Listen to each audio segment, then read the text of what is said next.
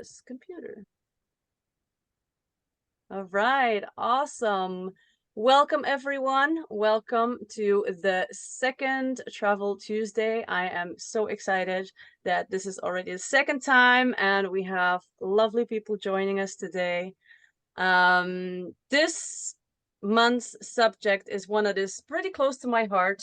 Solo travel is something that I love and I also do regularly. And as a female solo traveler, there are some challenges and safety concerns to keep in mind. But having a visual impairment makes this concept even more complicated. Today, I will have two wonderful, inspiring ladies that will introduce themselves shortly and share their story with us, share some tips with us. So I am super excited for that. Maybe you are a solo traveler yourself, or maybe you feel like you would like to do a solo trip in the future.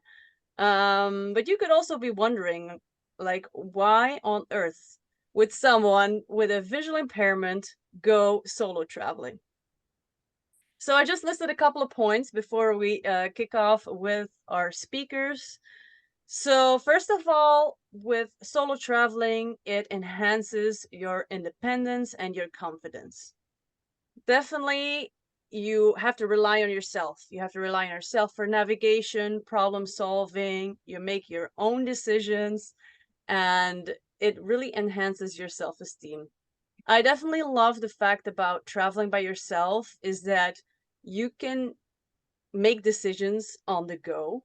So you can even change your mind in the morning, even though you have a bus booked or anything else, you can change your mind that morning and decide to go do something else, which when you are traveling with a group or an agency or another person, you know, you always have to rely on them to also give their opinion on your plans. But when you're traveling by yourself, it is all up to you. It allows you to experience the world in a whole new way. Definitely traveling in a group or traveling with a partner or a friend and then going solo is a completely different thing. You can make more impulsive decisions. So let's say you meet some people and they are going somewhere. It is a lot easier to change your plans and to make some impulsive decisions. You're also breaking some stereotypes. Definitely, the adventure challenges you to break those assumptions that people have about people with a visual impairment, that you can't do certain things, which we will prove a little bit later in this event that this is not true. You're also going on a self-discovery trip. I think our speakers can definitely relate to that. When you solo travel, you truly connect with yourself. You set your own pace, you explore your interests, and you discover your hidden strengths, but maybe also weaknesses, right? It's not only about the strengths, but it's really about getting to know ourselves. Then you will also build more resilience. Challenges are inevitable. Like, not everything is going to go exactly according to plan. So as you go and as you gain more experience during your travels, you will build more resilience and you will know that you can rely on yourself when not everything goes according to the plan. Another one is expanding your comfort zone.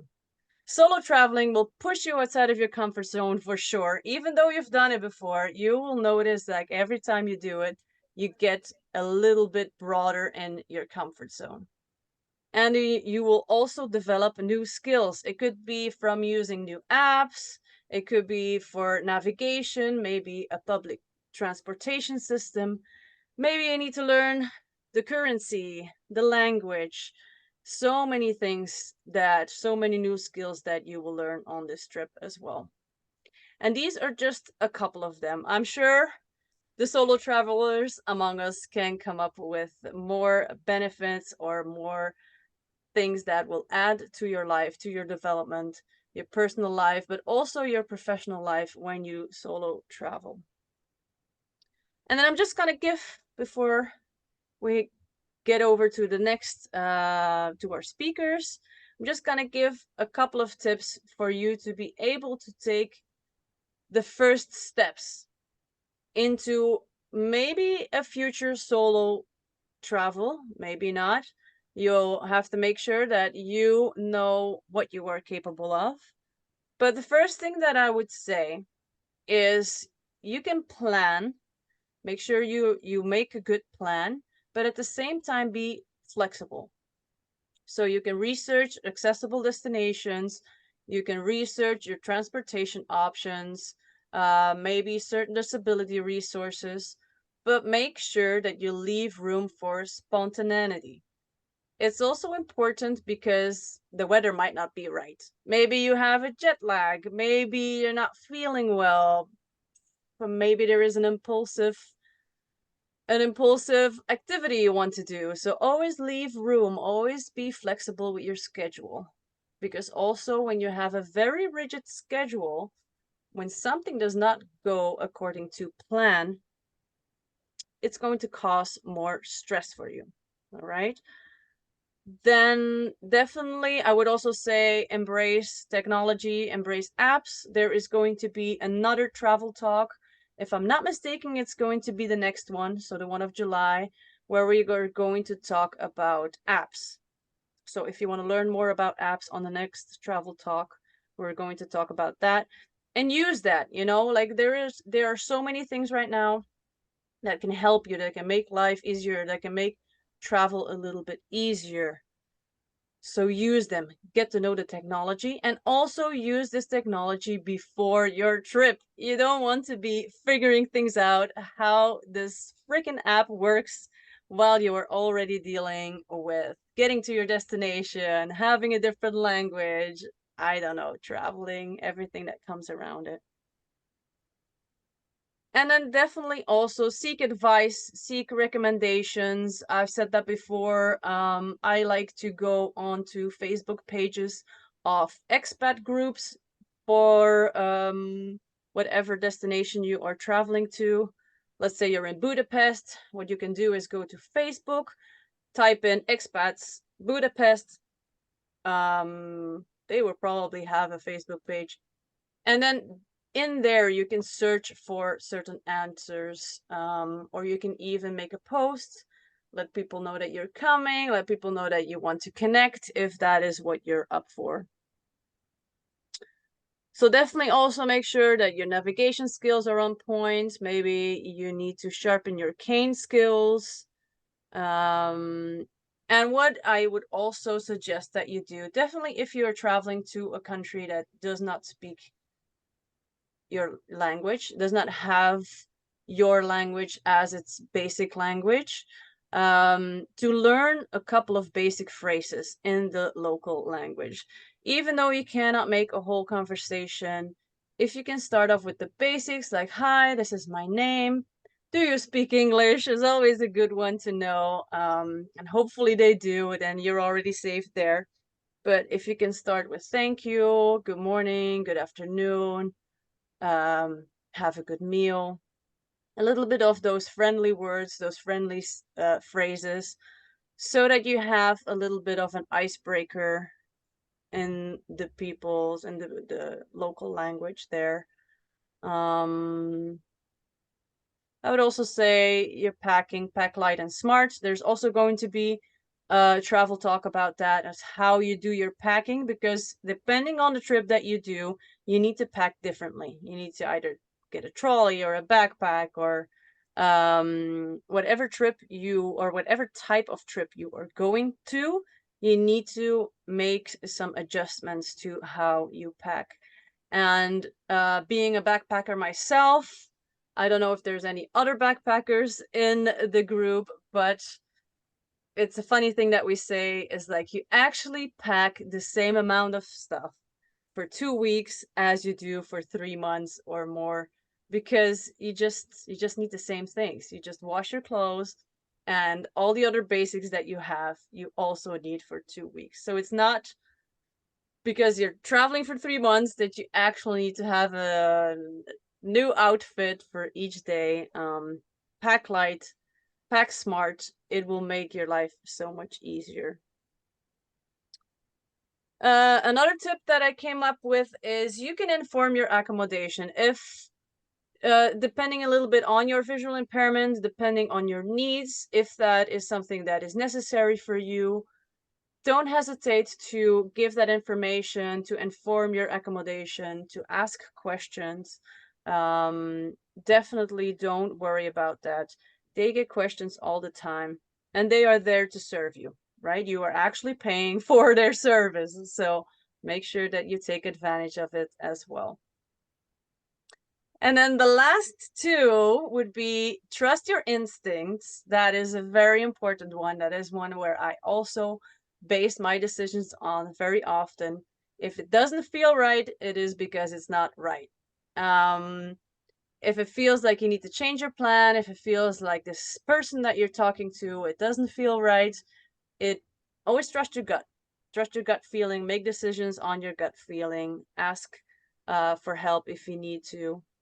And then the last one is to embrace the journey. It is really about the journey. They say that, right? It's not the destination, it is the journey. And that is really what it is about. So try to focus on the experience. Try to grow as a person, to grow as a traveler, not as much as this needs to be a perfect trip and nothing can go wrong. And I'm limited and I'm focusing on my limitations. Really try to embrace what is happening. Certain things might not go the way you want it, but you will learn from it. Even though when certain days are not as great, you'll learn from it. There was always something to gain. So enough about that. We can, if there are people that want to share some more things, you can definitely share it later on. But I would love to introduce our speakers for today, because that is mainly why we are here. So both of our speakers today, Molly and Orly, they also did not let their limitations stop them. They live life on their terms. And even though sometimes things get hard, right? It is not always rainbows and butterflies for everyone, but they still find a way to make it work and to work through it and enjoy the world and enjoy travel. So I would first like to talk to Arlie. Arlie and I, we've been having contact, I would say, since the beginning that Vision Loss Travel started, and she has inspired me since then. We have contact regularly, and I would say, Arlie, take it away. The stage is yours. Thank you so much. Um, I'm trying to think of where to start. I'm originally from Canada, which is actually where I am now. I'm in Toronto. But in the last 5 years, I live in South Florida. I have now no more residual vision. I'm totally blind. And I have traveled for many reasons. For healing, for fun, for relaxation, for adventure. The list goes on. And I think one of the biggest things in the last 13 years of my life is I've been more mindful and more like just planning and finding different destinations and different kind of travel experiences that really are my passion, or things that I want to see and experience. And part of that was wellness travel. Like I wanted to heal. I went through a significant a divorce and change in life. So I used travel as a tool to really work through my growth and my healing through some challenging times. And most recently, I also 2 years ago, because it's something that I'm passionate about, is I went and joined a team and climbed Mount Kilimanjaro. So travel has been a big thing for me. It is definitely one of my biggest passions, food and travel. Um, the most recent experiences, I did go solo. So some I've joined others, some were with family, with friends, with actual groups. Some were organized. However, the last three uh, destinations were solo, and I'm trying to figure out what to explain. I just felt okay. One day I said, and I know this is extreme. I'm not expecting everybody to jump and go across the world alone. Anything, like, you have to start with baby steps. However, a year and a half ago, I wanted to go to Bali and I made it happen. Um, I went there for 3 weeks by myself, and it was one of the best things I've ever done for myself. Um, it wasn't always easy, but it was incredible. And I find that when I travel alone, there's so much I've gained, so much that I've experienced that I actually bring into my day-to-day life, like my level of confidence, my um self-esteem, my ability to actually overcome. So if I can overcome something that's a challenge, then I know that whatever happens in my day-to-day life, well, it's nothing. I know it'll be okay, kind of thing. Um, One thing I noticed when I travel or have traveled alone is how amazingly accommodating people are and how curious they are on how how do I live my life? How do I get from point A to point B? I mean, and people are very curious, and that's, for me, that's fine. I don't get irritated or annoyed when I'm asked questions, because that's how they're gonna learn. That's how, misconceptions or stereotypes that maybe society has out there of what a blind person is capable of. It's the only way I feel that I'm gonna break down misconceptions. I'm gonna change their mind of what truly is possible. Um, and I'm so give me some idea of what kinds of things you would like me to share. Anything that you want me to touch on when it comes to my trips or to the things I've done in a sense of solo travel? I would like to know what is for you the biggest difference. Why would you choose solo travel over a group travel? And if Uh-huh. so or not, why? Honestly, I think both have their time and place for sure. I found that when I was alone, I talked to more people. I met more people than when I was with either coupled or with girlfriends or in a group.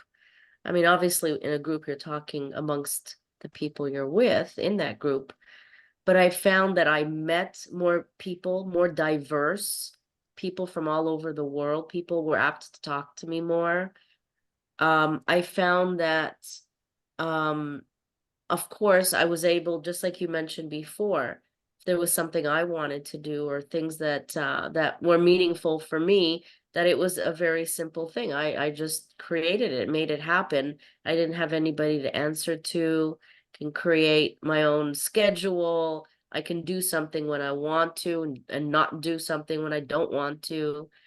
Um, and that's not to say I don't want to travel with others. I absolutely love traveling with other people, but I found that gifting myself these experiences and this time alone really gave me the time to really focus on me, on what matters to me, and it facilitated the opportunity in more personal growth. I got to know myself. I got to love myself and do things that maybe I would want someone else to do. I did it for myself. And that is a big deal. I mean, we're always so busy, we're working or we're accomplishing something or we're taking care of others and family that, I mean, for me, I did that for so many years with my children and relationships. that I gave my all and I forgot myself in the process. So I would say in the last 2 years, going to Bali, I went to Thailand and Costa Rica, that I was able to do everything that I really wished for. I wasn't looking and seeking it from someone else, and I was doing it for myself. And it just really, I don't know, it really made a world of difference in who I am as a human being. I definitely had challenges to overcome, so I came to realize that, you know what, I can accomplish if I put my mind to it and find other ways that I could accomplish really anything that I want to in a different way.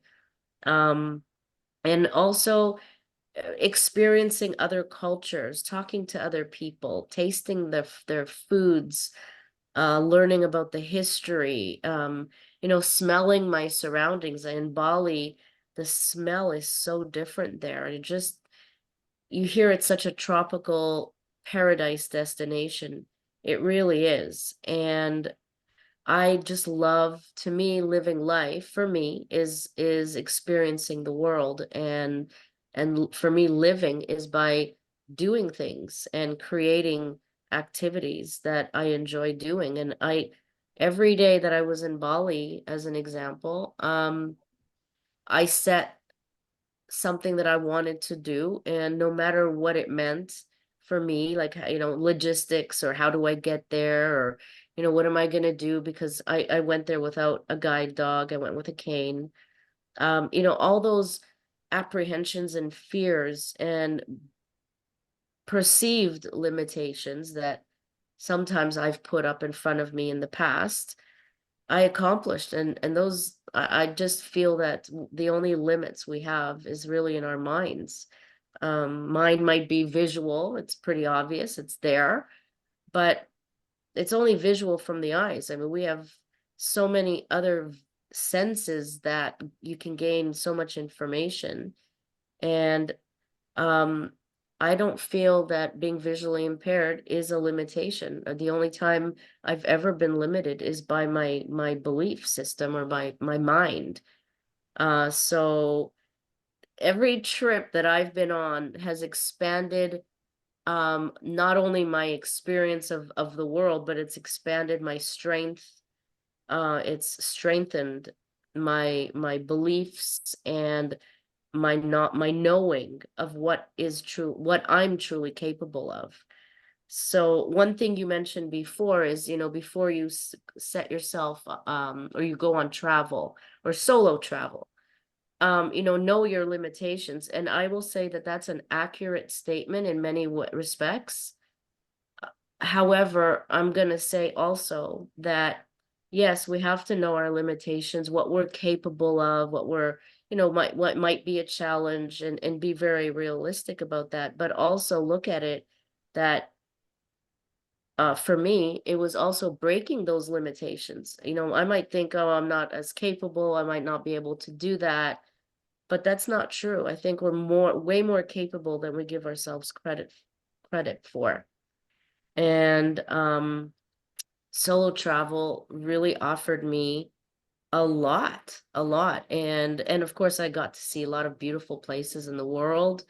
Um, when I was there, uh yeah, actually, you know what? In all reality, the 3 places I did go to, I did notify the resorts that I was going to that I was visually impaired. I have nothing to hide, and hey, I'm gonna need some help, and I was very clear that I am independent, and I'm not gonna be calling on them each and every day, every moment of every day, to get help. But initially, I'm gonna need some assistance. I'm gonna need guidance. I'm going to need to know the lay of the land. They're going to have to give me some orientation to where everything is on the property. And everybody, I've never had negative feedback or the door being closed. Um, and people were very welcoming, very open, and very willing to help, to support whatever my needs were. And uh I just found that in many instances, in certain other countries, I found that people were way more open and had the doors wide open more than sometimes they do in Canada and the US. In many instances, I swear. And like even when I wanted to climb Kilimanjaro, of course, the team had to set up my own individual guide because that's quite a dangerous challenge. If I had to get my own personal guide with my team.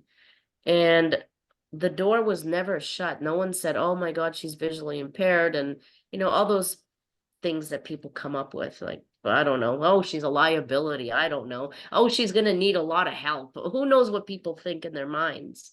Um, I found that they were very open and they asked a lot of questions, understandably, and they were very willing to help me succeed in what I wanted to do. So I've been very fortunate that way.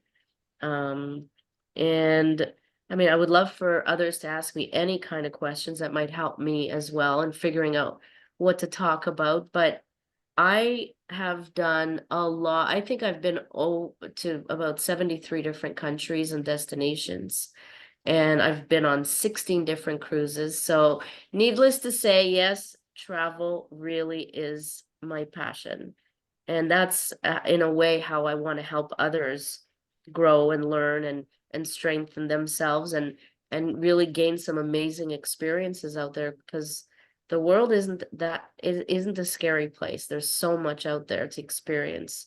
And I chose a long time ago not to allow my visual impairment to get in my way of things that I wanted to do in my lifetime. And travel's been so amazing for me. So whatever anybody would like to ask, I'm an open book. Okay, this is Steve Cohen from Delaware, the US, and I Hello. have no peripheral vision, but still strong central vision. And like Yes. you have traveled a lot and a number of times solo. I'm just curious about with your cane of navigating outside the properties in these in Bali and Costa Rica and Yes. what is that like where you're you know on on your own here. Yeah. It depends on the area you go to. Obviously, there's some places that are either more rural or more challenging. Um, and also the traffic is very different. Pedestrians don't always have I don't it really depends on where you go, first and foremost. I found that it took me a few days to acclimate to the area. So in Costa Rica, I traveled a lot, but what I did, and I had the opportunities, I hired a driver. So I was very fortunate that I had somebody guiding me, because we were visiting different cities and towns each and every couple of days. So it was very challenging for me to acclimate myself and travel long distances independently. Um, but what I did in Bali, and in Thailand is I started off small. So if I was on the resort property, I would go out for a walk and really start with maybe a block or two. And the more I gained confidence, the easier it became. And really, when you're faced with areas that are really challenging, because either there's no sidewalks or there's potholes, um, I just asked for help because my safety came first. And there are many parts of the world that aren't as well paved or as well or as easy to navigate um, from most people. And Bali was one of them. Yeah. Yeah. So you know what? I either asked for help or um yeah, you have to really get to know and feel comfortable in the areas that you travel to. This is Charlie from Houston, Texas. Wanted to ask you on Costa. I've been in Costa Rica a few times, not Yeah. solo, but I look forward to going back. I did some surfing down there a few years ago. Nice. Nice. And I'm curious about how did you, first of all, getting to Costa Rica. I love that when you get to the airport there, when they see the person with the cane, the customs moves you right front in line when you get to Yes. bypass. That's really cool. They're very friendly to disabled people down there. But on the driver, how did you tell me about how you got connected with the driver down there? At first I wasn't sure what to do. I did my own research, and I just, what happened is I was looking up areas of Costa Rica to go to. And then I started researching Blind Organizations Costa Rica. Oh, And so just like all kinds of different keywords in my Google searches. And then I Googled, like one thing led to another, and it just built from there. And then I stumbled onto an article of blind travelers that went to Costa Rica, and a tour company, guided them, and how, their eyes were open, like they were in the media. So how their eyes were open about how much people that are visually impaired really can do. So this tour company had this article about this group of individuals that were blind that went, and they toured them around. So I contacted them, and I said, look, I'm traveling by myself. I'm blind. You obviously have had experience before. And it just so happened that the owner of the tour company was just like so fascinated with what I was doing, is that he went around with me. I mean, I paid him, but he doesn't normally do that. He runs his company and he has guides that he hires, but he was just so intrigued that he did it for me and went with me.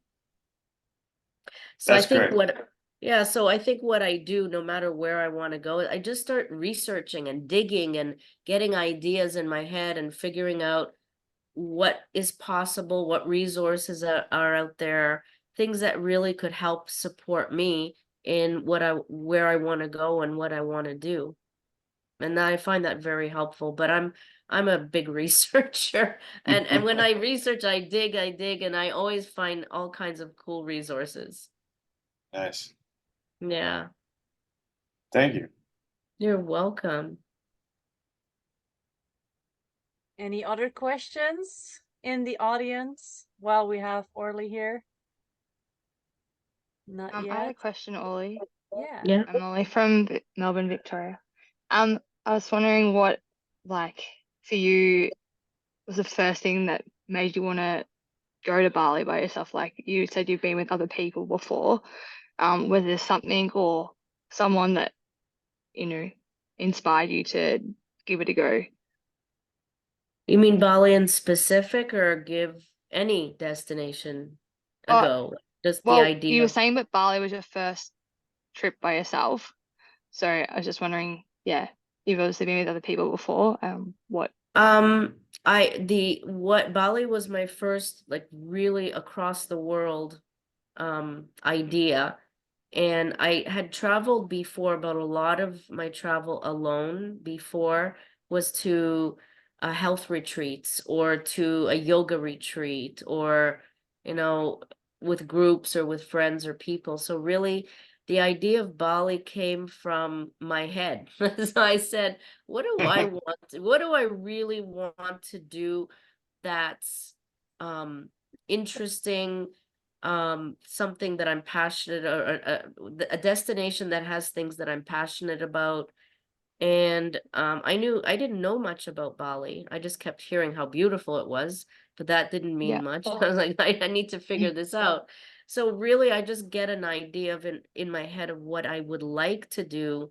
And then I start asking questions, or I start doing research to seeing how I could make it happen for myself. And that's how it unfolds. So it all starts off just from an idea or an inspiration of saying, you know what, I think I would like to try going there. And a lot of it is just an idea, and really what helped me is just action. instead of finding reasons of why I want to put a block and a wall of why I won't succeed or why it would be so difficult, I just started taking steps, like just action. And the little steps turned into bigger, and I just found that after a while it was so easy. I made it harder on myself, thinking it was much more difficult than it really is, because it is possible. Just you have to take the steps in making and creating it and figuring it out. So, you know, for me, visually impaired and a woman, I would hear a lot of people saying how they're so afraid because, you know, a danger. I just never found that I was very lucky. I was never in danger. I never felt unsafe when I Yeah. traveled anywhere. Yeah. I'm wondering, Orly, Yeah.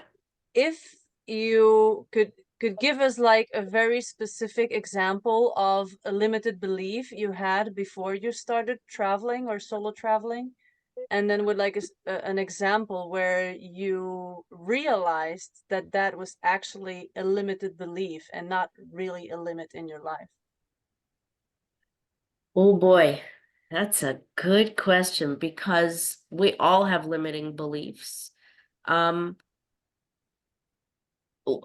well, traveling alone and being visually impaired, I find that in general, it's sometimes I could be in a room of people, and because I can't get someone's eye contact, I feel very alone. It's very hard to sometimes interject or, you know, if I'm speaking, or sorry, people are speaking, it's hard for me to find a place to interject and be seen or heard, because I can't do that eye contact thing. And it's some people are just don't know how to handle it. I don't know.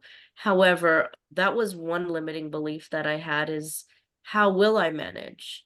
I can't visually see somebody either staring at me, looking at me. If I need help, how could I get someone's attention? Um, that was a big limiting belief amongst others. And I realized that that came from myself. And um, I just had to speak up and not fear or feel like I'm imposing or I'm bothering somebody, and just ask for help, because I realize that a lot of people out there really want to help, and they come from a good place. I'm not saying 100% of this world, but a lot of people have no problem in helping or answering questions, and I realize that my whole thing about being visually impaired and being a bother or not being seen in a sense was my own internal um insecurities. And I also realized that it's not being visually impaired really doesn't mean that we need extra help or anything out of the ordinary, because there's so many people out there that don't even have a so-called visible limitation that need help and support. We all do at one time or another in our lives. And it's okay to ask. It's okay to engage people. Um, and it really helped me, because now every day in my life, if I'm somewhere and I'm thinking, oh God, you know, I'm in a restaurant. Yeah, I have to go to the bathroom. And, you know, that's one thing that's challenging to navigate is in and around tables, and especially in an unfamiliar setting. And sometimes I would not go, or I'll do, you know, just all these thoughts that come into your head. Now I just ask for help, and people are very helpful and accommodating. And I realize that I'm not any different than anyone else, because out there, everybody needs help some way or at some time. That's a really good tip, and I like that Yeah. you shared that for sure. Yeah. Clearly you've had some kind of build-up, right? You did some cruises and then some group Yep. travel and then eventually retreats and then, you know, going to Bali. For Correct. someone that is curious about taking that first step, on Right. going a solo trip, what would your Yes. advice be? What would you say, okay, take these little steps before you go there? What would you advise people that would want to I solo guess travel? it depends on the person and also what they want to do. I mean, if you want to start off baby steps, like a weekend trip, it doesn't have to be to a different country. You know, I started off organizing a getaway in my own when I was in Ontario, in Toronto, going up north to the lake, going to a hotel or a resort, or I even loved bed and breakfasts and guest houses that were unique and different. So I started off small and built up from there. And it doesn't have to be grandiose. Like, you know, for me, good climbing a mountain, jumping out of a plane. I mean, that's just me. That's my nature. But it doesn't have to be that way. It could be as simple, as little as somewhere nearby, so at least you know if something goes wrong or you need some help, or you're just not exactly crazy about where you ended up. At least you can turn around and easily go back home. So it always helps maybe to start small if someone wants to really get a taste for it, and ask a lot of questions. Ask people in your life, ask others in that have passion for travel, like myself. You know, ask for help and ideas and support. I know personally that I would love to help others, and and yeah, so I mean, I have no problem with that, and people are very excited, especially for me being passionate about travel, that I would love to share my passion with others and how I succeeded in creating these things for me. Thank you. Thank you so much. And that is definitely something that is really important here as well, is we get speakers on this event, and it is really also to show everyone what is possible, what are other people doing to get inspired. But in no means is there any type of competition. No, no, no, That's no, it. Travel is no. really what is travel for you. Some people love cruises, some people love group travel, maybe just weekends away in your neighborhood. It really doesn't matter. It's not about grandiose things. But I love to show people as well that this is possible with somebody that has no vision, also as a solo female, to travel the world and do it by yourself. So thank you so much. Exactly, exactly. Mm. You're I have welcome. one more question for Orly. Sure. Did you use any navigation apps while you were out?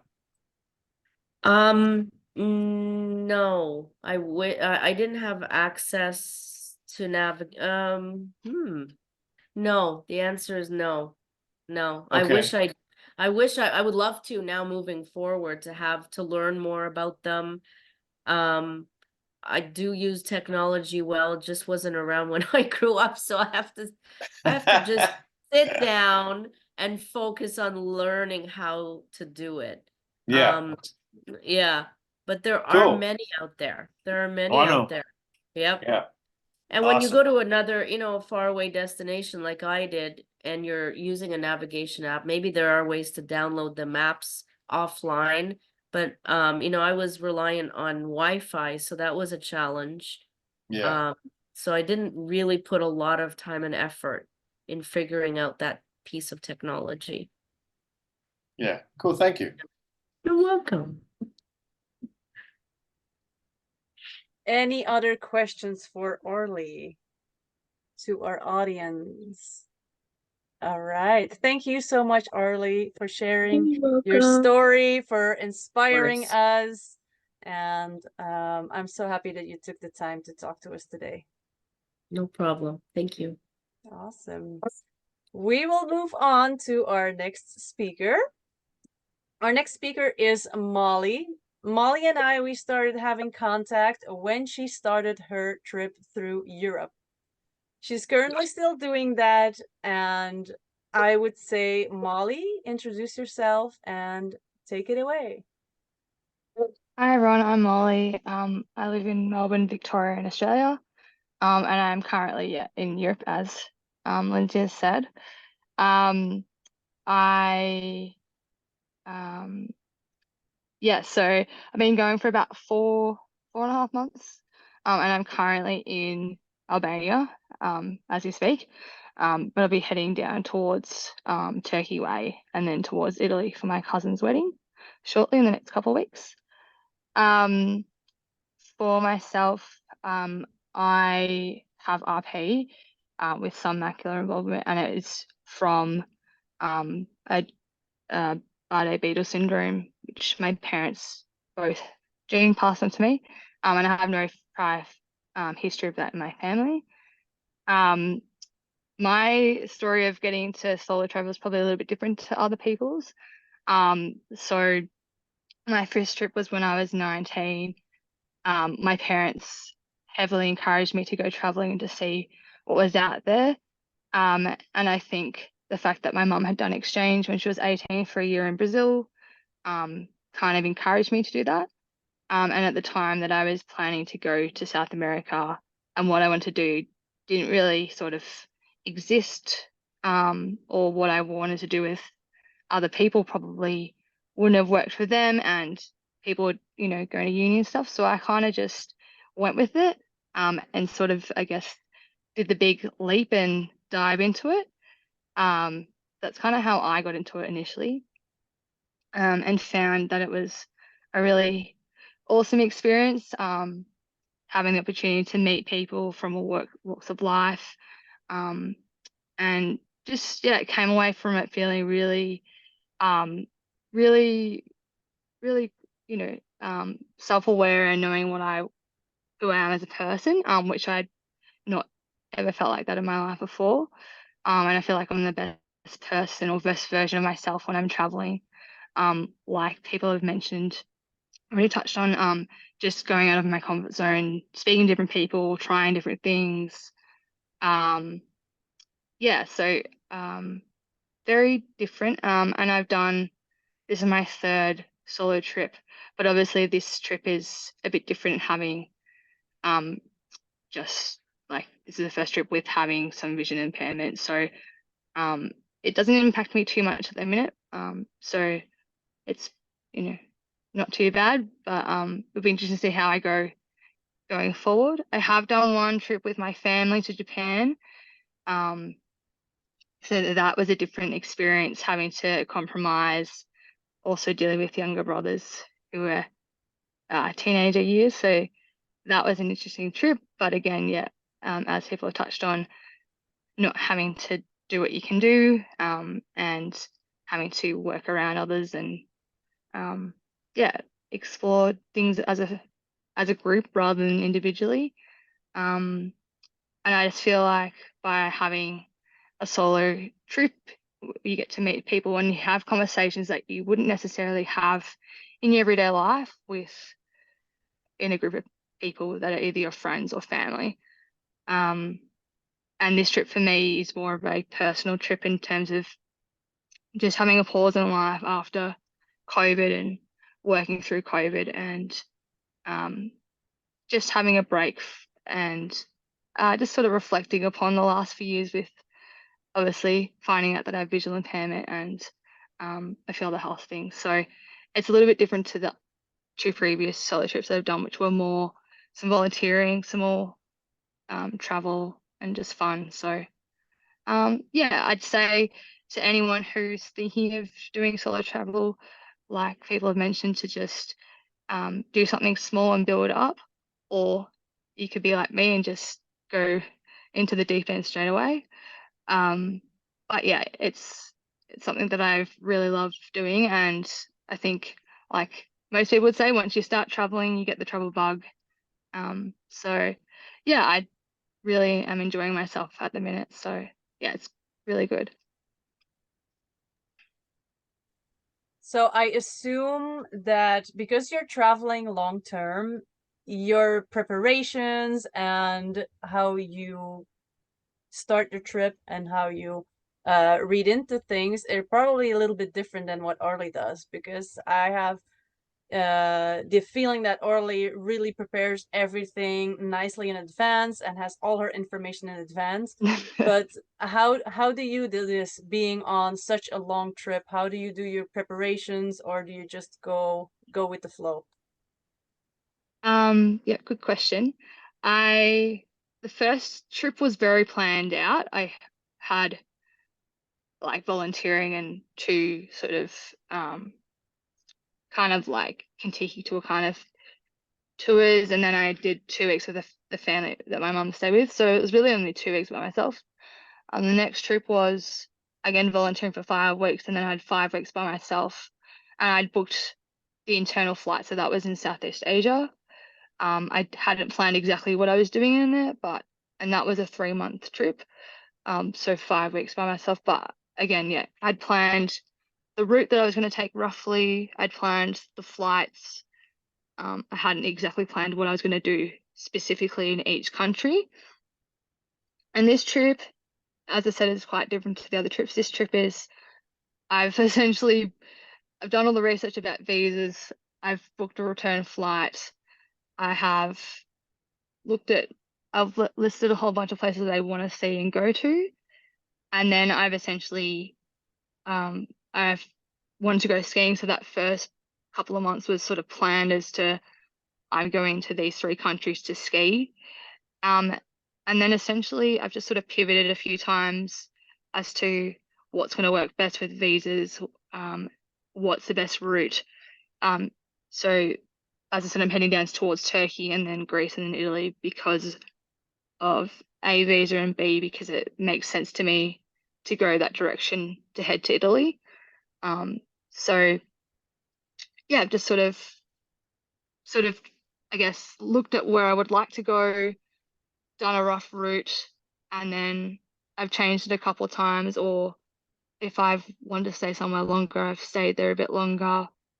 But yeah, just a rough route, and then I'll plan where, like, how to get from A to B a couple of days before and book that maybe the day before. And I haven't been very good at arriving and knowing what I'm going to do, but I think as the journey continues, I'll get better at doing that once I've got a bit more mental capacity to do that. But I usually will arrive and then figure out what do I want to do, and then go and do that sort of the next day or that day, or get my bearings and then make a decision. So it is very much, I guess, a look, pivot, change direction, very I guess, yeah, go with the flow kind of mentality. And I'm lucky I'm at the stage where I have to think about specific accessibility routes yet.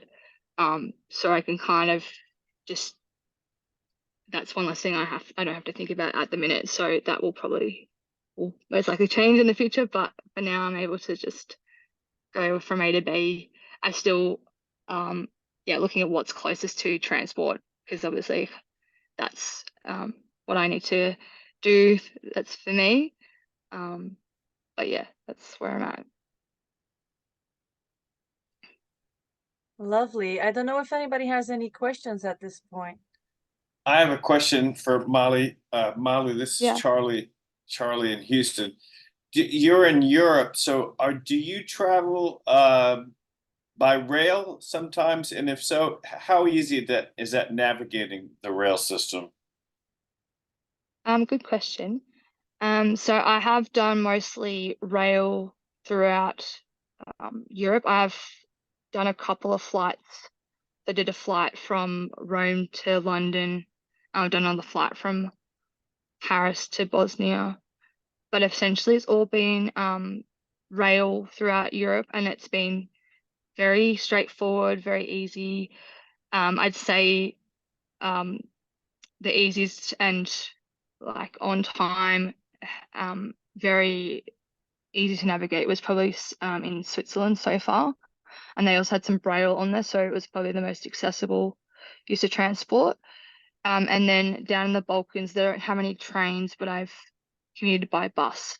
I think there is a train from Bulgaria to Turkey, but that's one person who's told me that, but we'll find out. But yeah, mostly in West Europe.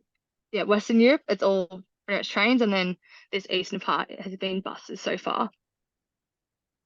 Great, thank you. Yeah, so I haven't found any issues so far. I mean, sometimes in the UK there's always train delays, but that's pretty Right. common. And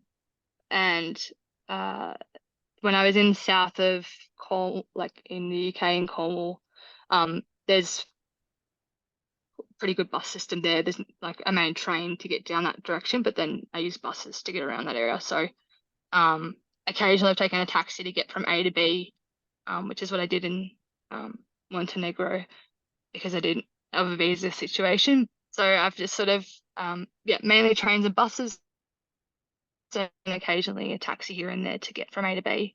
But I haven't had any issues so far. Okay, now Molly, so you find that navigating like the train terminals, getting your ticket, and finding the actual train to get on, you have no problem getting assistance from people around you and that kind of thing? So yeah, the train ticket sometimes I've bought at the station, either at the ticket office or like in Italy and the UK, you can just do it yourself. For me, navigating isn't too tricky at the minute, so I've found that quite straightforward. Sometimes it is hard to find a thing, but I just ask someone. But obviously, I'm a difference. I still can see quite a lot, so for me, it's not too hard navigating at the minute. And yeah, it's kind of Great. if Thank you. I've been lost a few times occasionally, and that's traveling for you. You don't know which station you're at. You can't read the sign because it's in a different language or whatever. Occasionally I should have asked when I didn't, and I've learnt that. Or just ask someone. Usually someone's pretty helpful. Whether you look lost, they'll come and ask you, or if you ask them directly, they're pretty happy to help. Some people won't, but it's very little people who won't. So that's my experience so far. Thank you. So this You're is welcome. Steve Cohen again.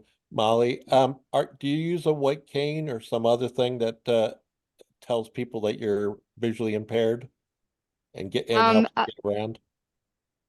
Currently I don't use a cane. I have done some kind of training, but I still have a majority of I've got all my central, and I have a fair bit of my peripheral still. So I've only lost a little bit. So for me, it's not something I need at the minute, but probably in the future, it's something I will need. Yep. So I don't have anything that tells people that I have a visual impairment at Yep. the minute.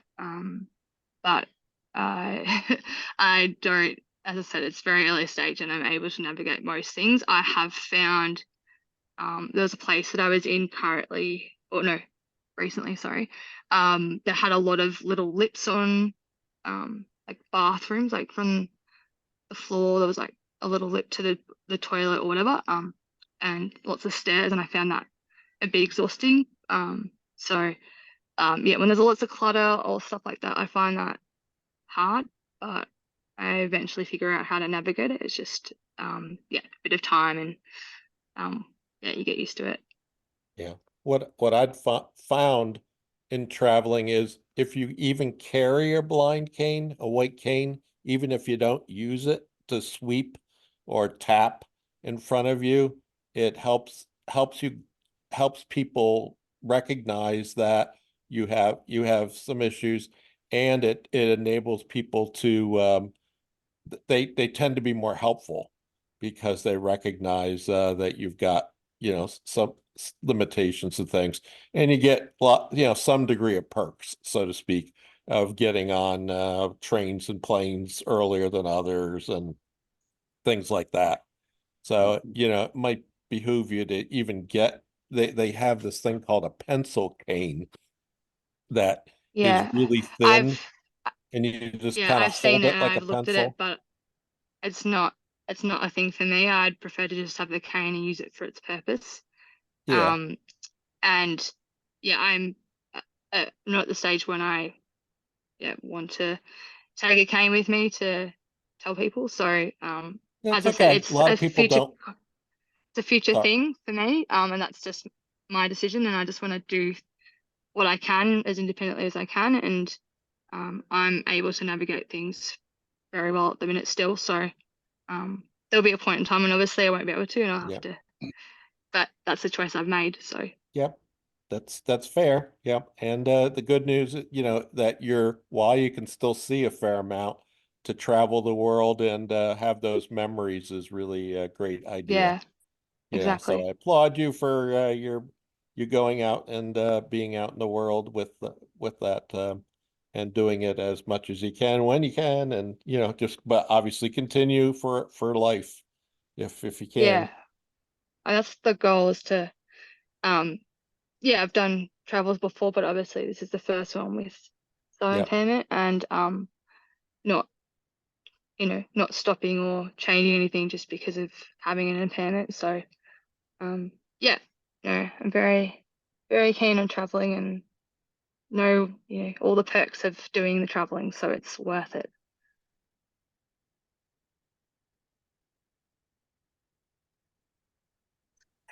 Okay, I would just like to pick in here for a moment and talk to you, Charlie, again about the railway system in Europe.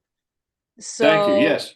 I know most, let's say, about the railway from Belgium, France, Germany, and the Netherlands, and a little bit from the UK as well. And because I worked with the visually impaired and blind people there for most of my time. So definitely in Belgium, the Netherlands, and I would say in the UK as well. When you are on the guideline, the moment you enter the station, on the guideline there is going to be a let's say a pull out that will bring you to an assistance button.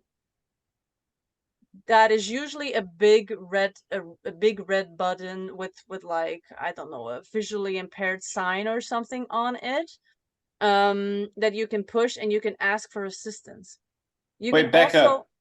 yeah. Tell me, what's the guideline? Tell me the guideline. Oh, that's your tactile. Okay. Okay. Your tactile that you follow to get you to the door, for instance, or to get you to a crossway. So they will also have that around all railway stations. They have this tactile that you can use as your guideline. Okay. And then yes, and then the moment you come in, usually there is like a left or a right turn that will bring you to a button. So to a pole or a wall, it looks different in each country. But with that button, you can just push on it and somebody will talk. So first it will be a robot or something, or somebody picking up a phone, right? One of the clerks, they will pick up the phone like, hey, do you need assistance? And via them, you can ask for assistance. You can be like, hey, I need a train to get to Brussels, for instance. Can somebody come and help me? And then usually what they will do is just ask you to wait there, and somebody is going to come and pick you up and That's great. help you on the train. But often, I must say, definitely when you are on like the rush hour times, it might not go as easy as I say right now. Uh-huh. So what you can do is you can apply for assistance online. Oh. Yeah. So the disadvantage that you have with doing that is that you're bounded to a certain time, right? So when you say like, I need assistance at 1 p.m. to get from Bruges to Brussels or whatever, then they will be waiting for you there at 1 p.m. So it's not as easy flow traveling when you're like, hey, I'll see when I get to the station, and then so that is something that you can use very easily through Western Europe, is these assistance buttons, or apply for it online, and they will help you. So they will help you on the train. They won't go with you on the train. So there will be someone that will bring you from the assistance button to on the train that you need. But then on the let's say the station that you need to get out, there will be somebody waiting for you to pick you up from there as well. Okay, so it's a lot like the airlines, basically. It's a lot like the airlines, but of course, you know, you ask them, okay, I need to get to a driver, an Uber, or I need to get to the bus station. Can you help me to the bus station? So within their station, let's say, they will help you. Yeah. So that is one thing. Then also in all railway stations in Europe, it's not always easy to understand, but they are constantly talking as well. So they're saying this train at that platform. They do. Yeah, so they're constantly speaking. So you can, like, let's keep the example of Brussels. They will be like, the train to Brussels will arrive on the 3rd platform at this time. So they're constantly talking to you as well as on the train. They will announce each station that you have to go to as well. Okay. Great. That's great. Can I- I had no idea. It also reminded me when I was in the UK, there was often a meeting point for anyone who needed assistance, and then there'd be people nearby if you needed some direction or something. So I noticed that a lot in the UK, but I haven't noticed anywhere else. But yeah. Cool. Very nice. Thank you, both of you. Yeah, I've definitely noticed. So I only have experience in Western Europe and then Canada. Which I find in Europe, to be honest, it is a lot more accessible. And then I've traveled a bit through the US, not as much, but you know, everywhere I go, I'm constantly paying attention to accessibility, about how they do things. And I must say also from a lot of American travelers that have been to Europe, that the accessibility is a lot higher there, and it's a lot easier to travel from A to B than it actually is in the US. That's awesome. I'm excited. Okay, good. I also thought about one other thing. I noticed a lot in Rome, particularly, and in the UK. There's a lot of the tactile of the station, and where from A to B that you need to go to. So that's pretty present in most stations across the UK, of a map of the station with braille sometimes, but with tactile. Yeah. So yeah, Nice. it's quite. Yeah, it's really good. What is nice too that I'm thinking of right now is, as certain cities in Europe, definitely like the bigger cities, they will have, let's say, a certain route that brings you to all the highlights, and they will use more of a guideline there. So you know, you have your tactile, which are, I think, like five ribs or something, right? But to follow that guideline, it is usually just one row. And if you have a cane with a roll tip, you can literally just put it in that little row, in the Groove. little gate, and then just follow it around. So that's nice too, and it brings you to all the highlights, where usually then also there is braille on the information signs that are there, or a button to kind of listen to the explanation.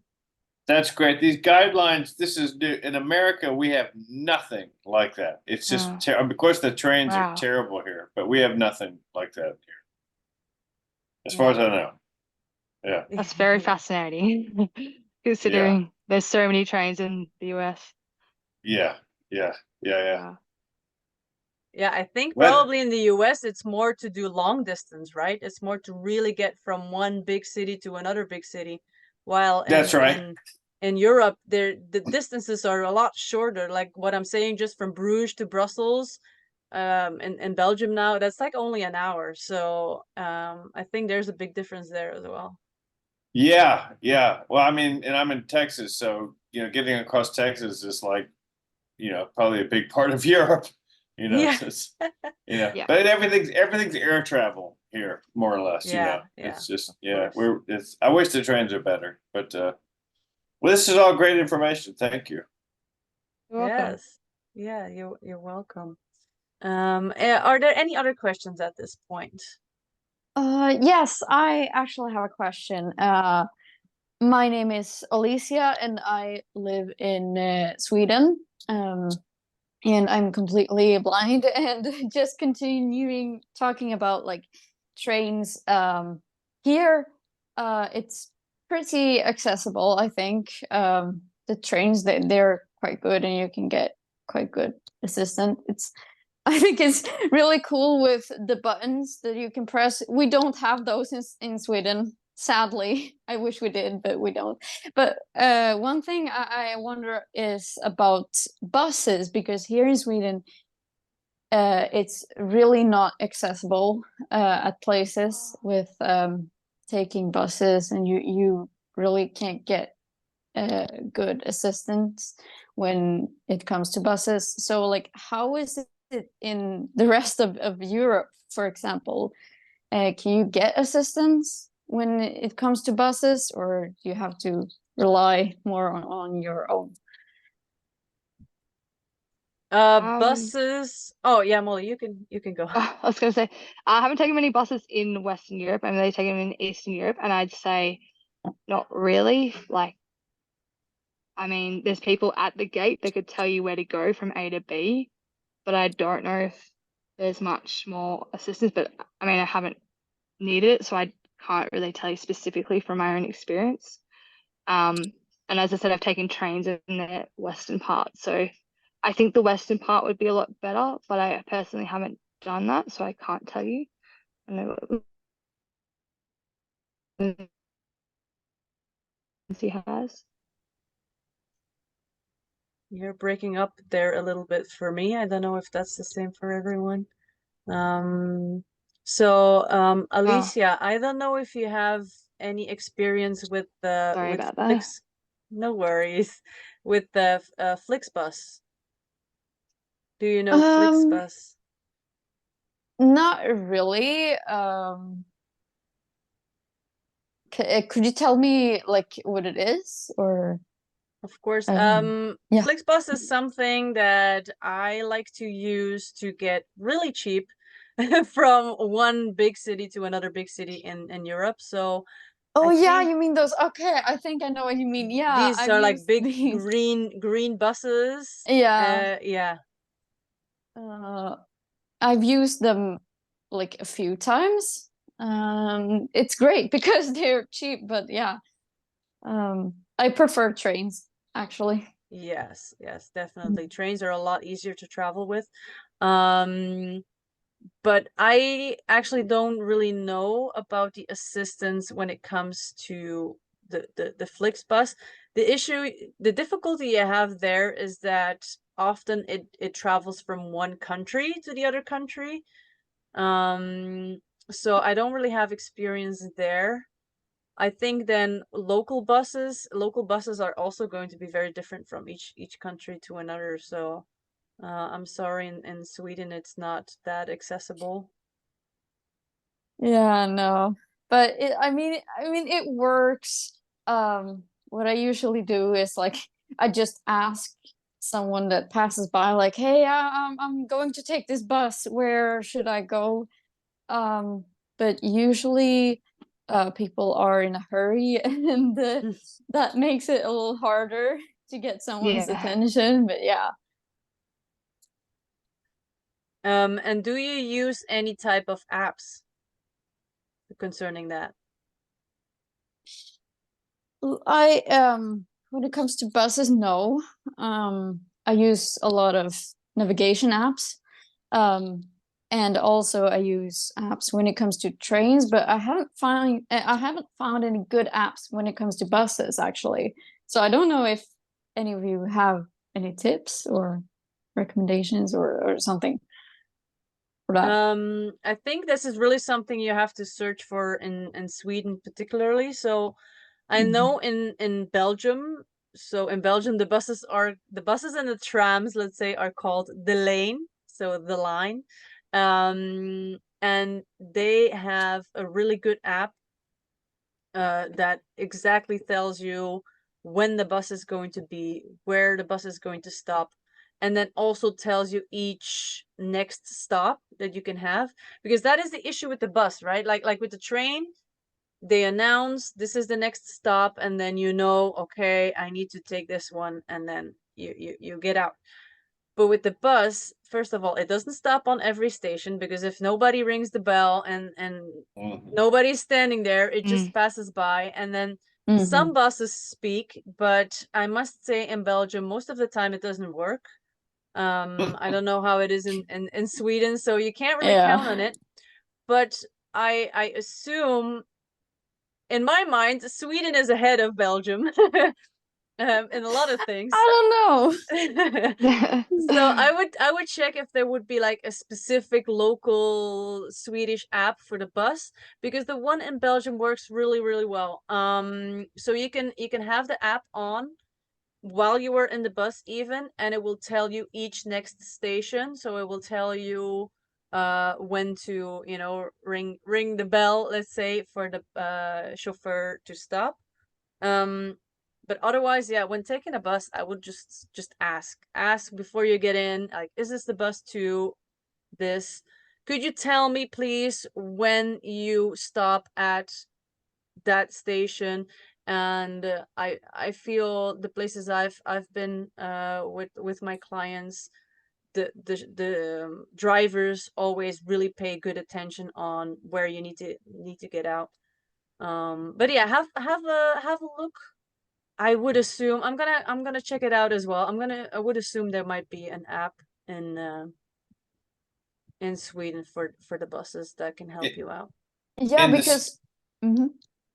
I was gonna say, Alicia, in the States, there's an app called Move It, spelled Movit, and I think it's advertised as global, but I'm not 100% sure. But it's a great app for buses. I use it here, and you can plot your route. It gives you many options and many bus lines to take. And the best part about it is when you're on the bus, it'll buzz you, your phone will buzz you when you're 2 stops away and then when your stop approaches. So you have an idea of when to pull the cord to ding the bell. Yeah, because I actually have the Move It app installed, but I haven't really figured out how it works. I usually what I figured out is like how to look at it. For example, when I take the subway in Stockholm, I can look at like the stations and stuff, but I haven't figured out the thing with the buses and that it can actually notify you. I didn't know that, so Yeah. I'll have to look. I'll have to look more into it. Awesome. We deviated a little bit from Molly's story, so sorry about that, Molly. That's okay. I No do big have deal. another question for you. What would you say is a bit more challenging in this trip? Because a couple of times you've acknowledged that this trip is different than the other trips, because now you know you have a visual impairment. On which part do you feel like it is a bit more challenging? Um,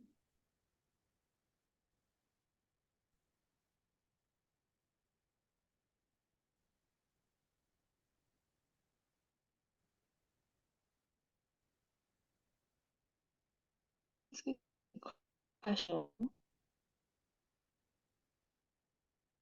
Probably just more, as I mentioned, just with like the lips and like and the clutter and like there was one accommodation, there was like a big you know, late at night. So I guess just navigating between all that sort of clutter. And once I've kind of figured it out, I'm okay. It's just initially just yeah, and the steps, I guess steps isn't too many stairs, like just taking your time and just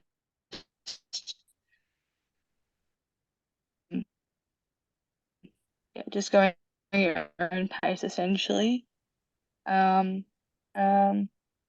yeah, navigating and making sure that I'm getting accommodations not too far from station in XYZ, wherever the transport is. So it makes it a bit easier to navigate, which is something I didn't have to think about prior to this trip. And obviously, so because I can't drive, so it's just like, yeah, just having a bit more planning against transport, which is, as I mentioned, is pretty straightforward, but just having a bit more thought about that, and just picking something that's not too far, and am I able to, like, once I'm going to go to this route, is it going to work logistically with transport as well? So they're probably the two main things, I think. Are there certain things when it comes to preparation that you thinking about doing differently in the future? Or are you just going to take it one step at a time and then seeing how your vision is? So can you say that again? So are you Like, going to yeah, I feel like the connection is not 100% at this point, so I'm sorry about that. Do you feel like no.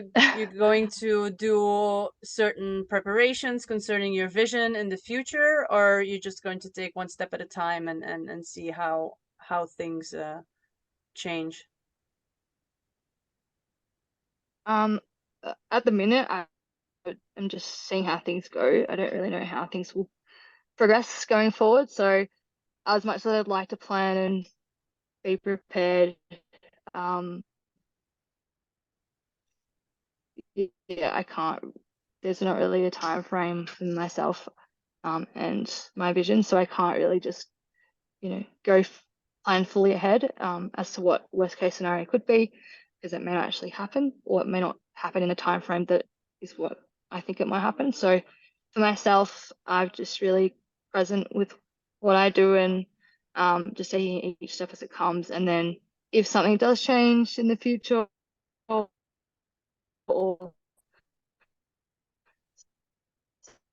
something needs to be amended, I'll go about it. I'll just go with as things change, and if I need to change things at all. But I think I still probably have a similar mindset of just making the most of what I've got, and not letting it impact me, and just doing what I can do.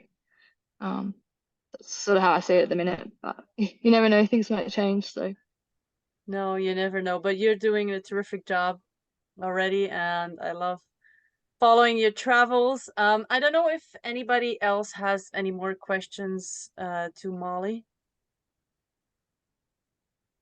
Not really. I don't know, Molly, if you have anything else to share with us. I don't think so at the minute. Well, thank you so much for being here, for taking the time and talk to us. It was very inspiring. Have safe travels, keep doing what you do, and yeah, I don't know if there is anybody else in the audience that would like to share anything else. The stage is yours. If you have a story, an anecdote that you would like to talk about, maybe there's more questions to me or to Molly. I don't know if there is anything else out there. I just want to say thank you for like these travel talks. This is my first one that I'm attending, and I feel like I've gotten really inspired. I have never done a solo travel to another country, although I am thinking about doing it, and I think it would be really, really nice if I did it. And I really want to do it in the future. So I just wanted to say thank you for like all the inspiration, and yeah. Thank you You're so much for welcome. sharing that. Yes.